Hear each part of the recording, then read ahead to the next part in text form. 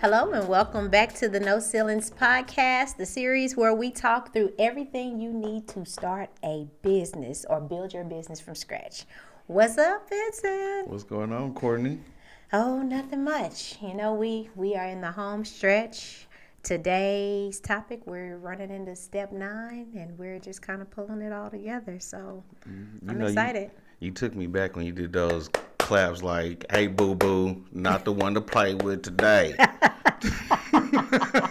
Hey, I'm just saying, that's we in a home stretch. We ready. Are.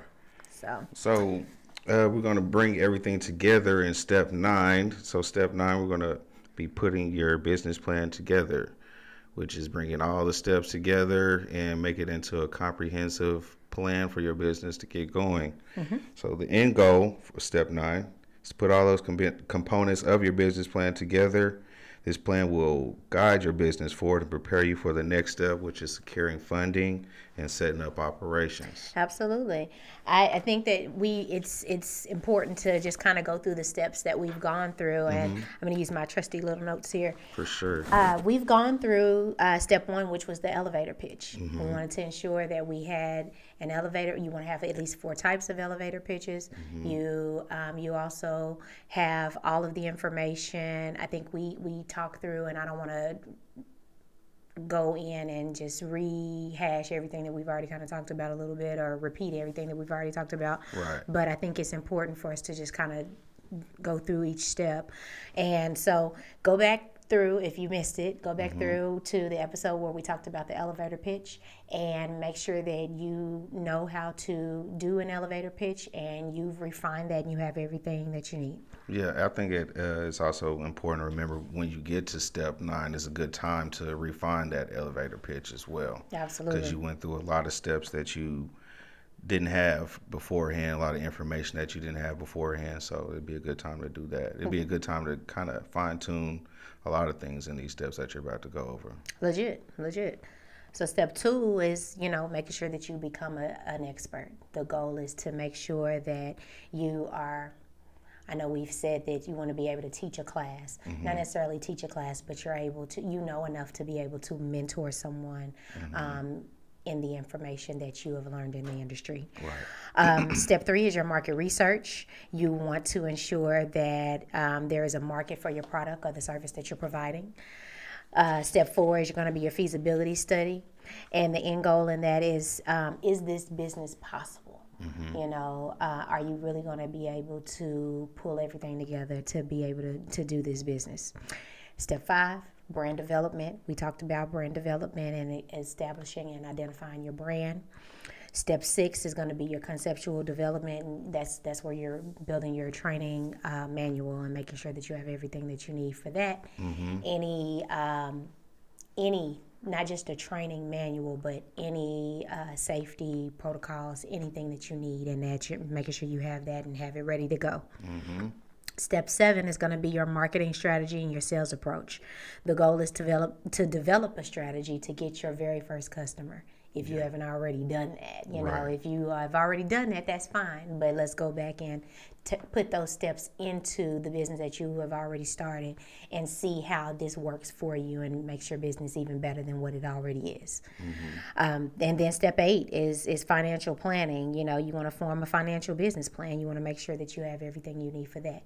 So each one of these steps is very crucial in ensuring that you have everything that you need to put everything into the final plan, which is your SBA business plan. Right. And that is just a standardized document that's needed for securing the SBA loan if you choose to go that route. Right. If you choose not to go that route, it's still a blueprint for your business. It's your business vision, and it's like it ensures that you have everything that you need to make sure that all the structures are in place for everything within your business. Right. So with that being said, I think that it's important to have all of these steps. I didn't do them. Right. You didn't I didn't do them. I didn't even realize some of those steps were done or needed to be done until maybe I got to it. And still then, after doing it, didn't even know what was even done. So it's great to have how they say, a face with the name. Yeah. Yeah.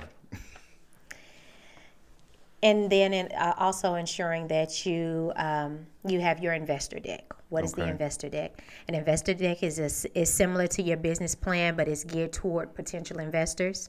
Unlike the SBA business plan, the investor deck paints the best case scenario to show why your business is a compelling opportunity. Never even heard of an investor deck. Me neither.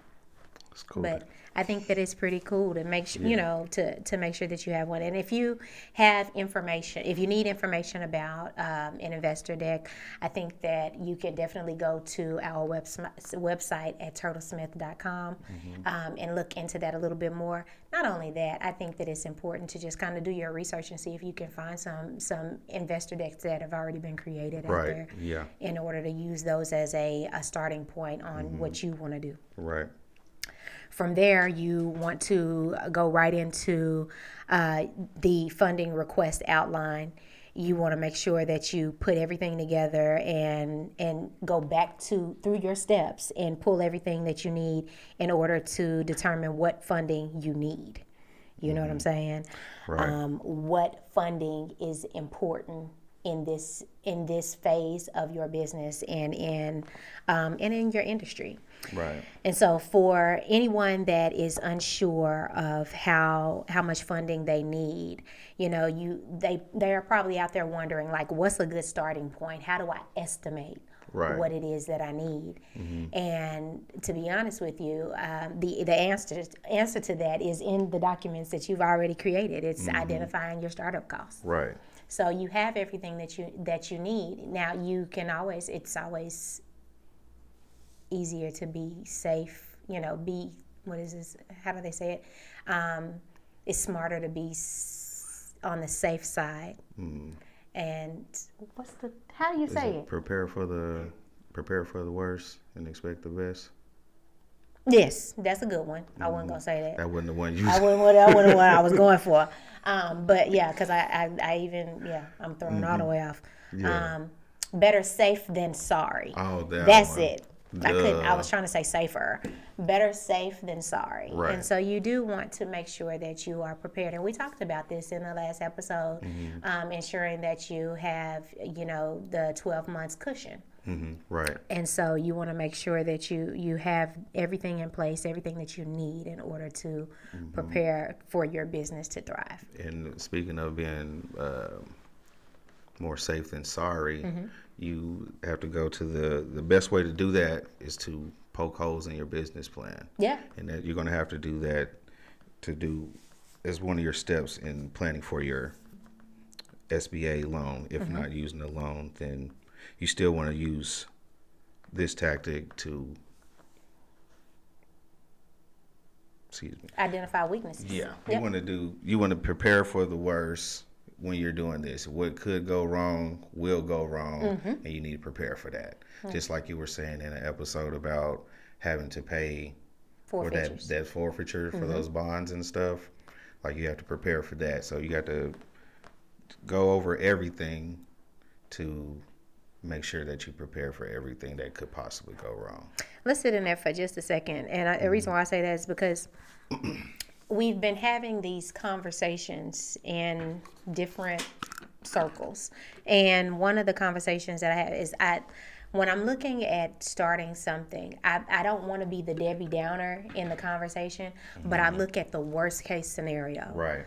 And I do that because if you look at what the worst case scenario is, then you can plan for that and work your way backwards. Right. You know what I'm saying? And so I feel like that's super, super, super important. Think of all the possible things that could happen.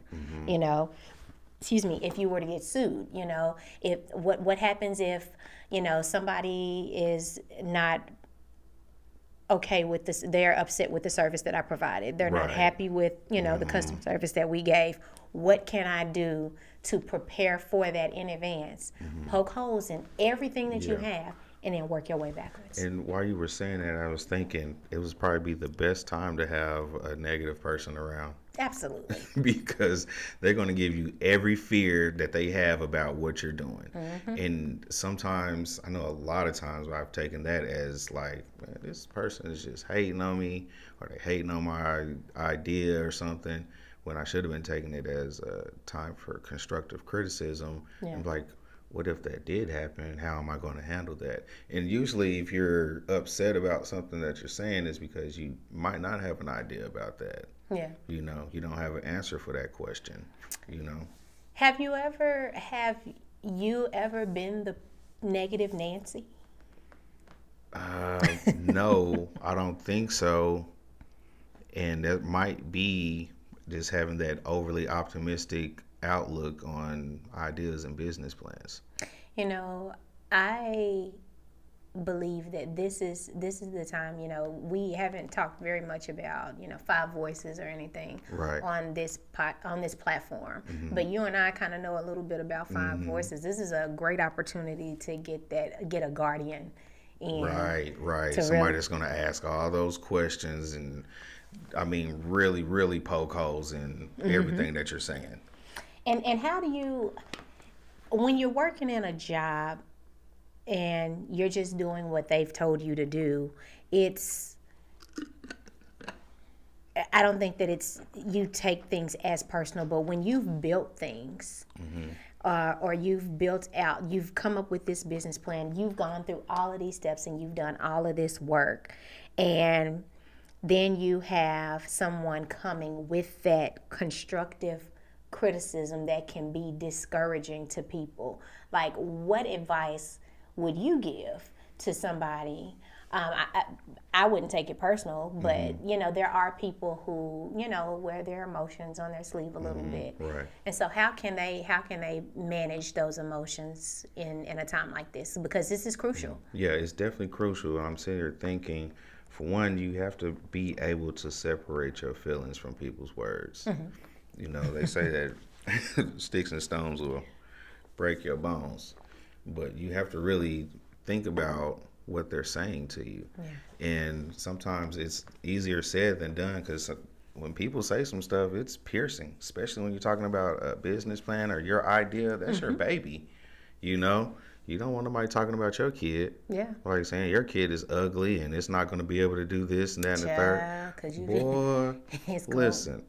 It's gonna be a fight. Exactly. So thing is that you have to really take the time to get out of your feelings and listen to what people are saying.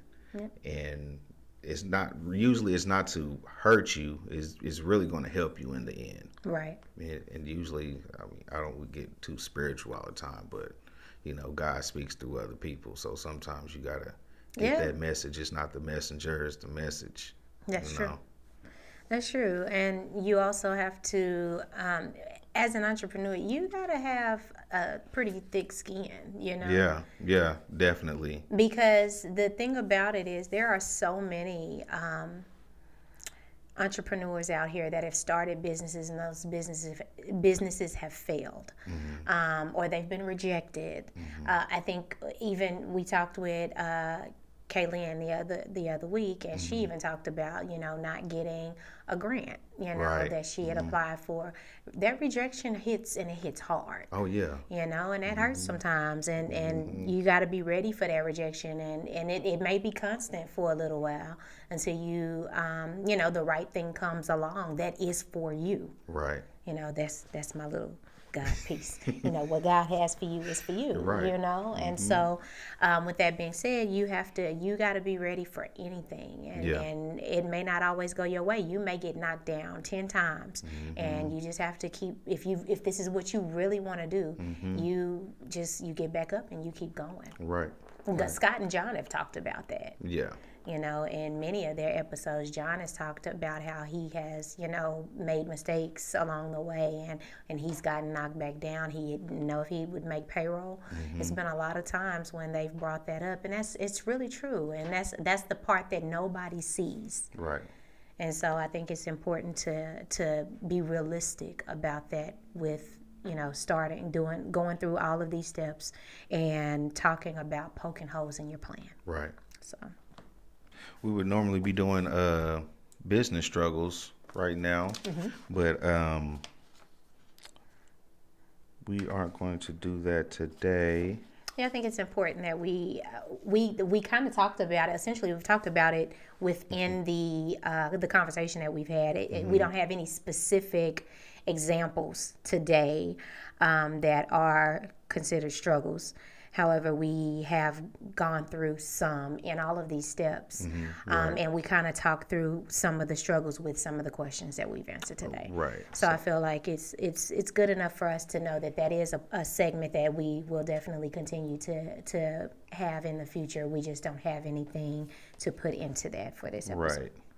So that's going to move us right into our actionable items segment, which today, in bringing this all together, you want to complete your business plan, make sure all sections are well organized, and that you understand each part before presenting it to anyone. And present it to yourself, and then see how it looks, go through it, and then find that first presentation, that investor, that partner, employee, somebody that you want to present to.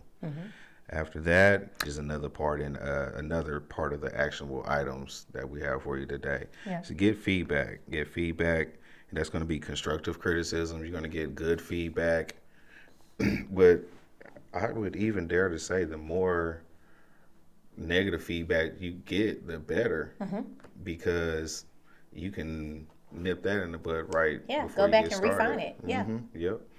And after you get that feedback and get that constructive criticism, refine your funding request. Yeah. Make sure that's tight, ready to go before you submit that.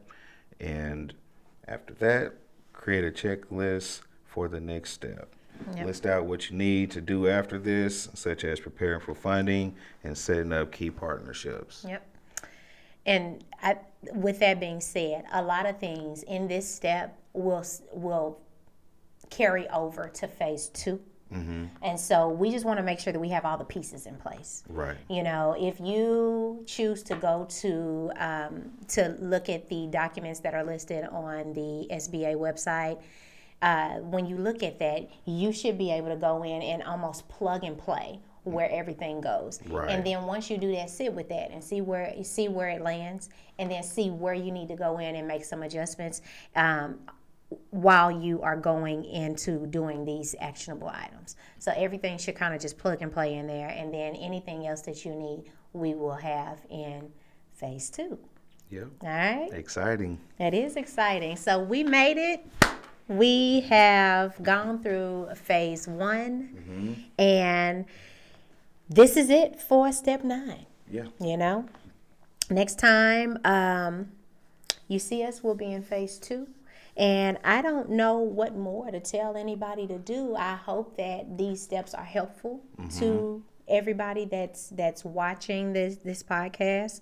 If it's not helpful, let us know, because we'll be happy to make some adjustments. We also are not perfect, and we aren't saying that this is, the blueprint. We are saying that these are the steps that have been given to us that are seeming to be working. So with that being said, subscribe and follow us on all of the platforms.